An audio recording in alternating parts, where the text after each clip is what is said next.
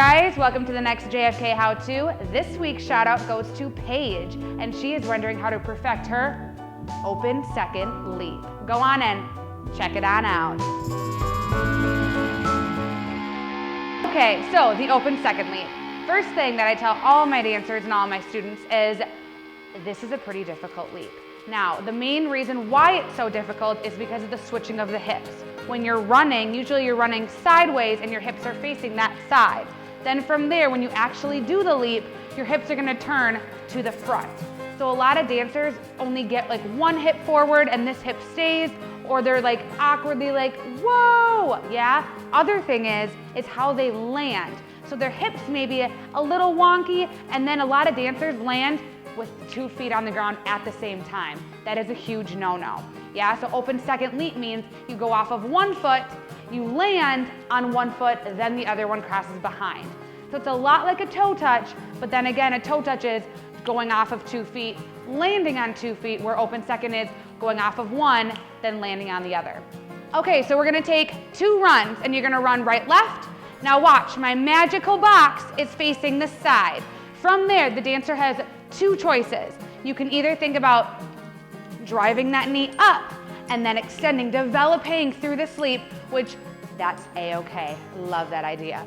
Or some dancers and some teachers teach brushing through and actually keeping that right leg straight and then going down. The problem with that is I see a lot of dancers then puddle jumping. So they're running here, they brush, and then they land, and it's like more of a teeter-totter than actually a pop in the air.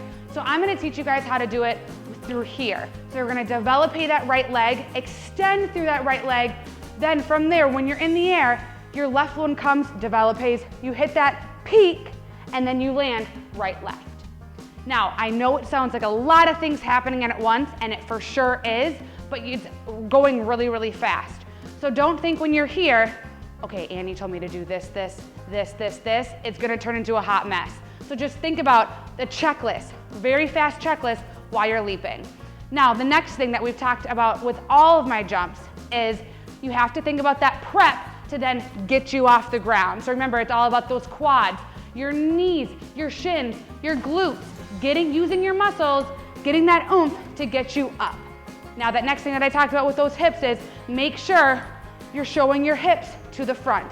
I always tell my dancers, you wanna have smiley faces on your heels.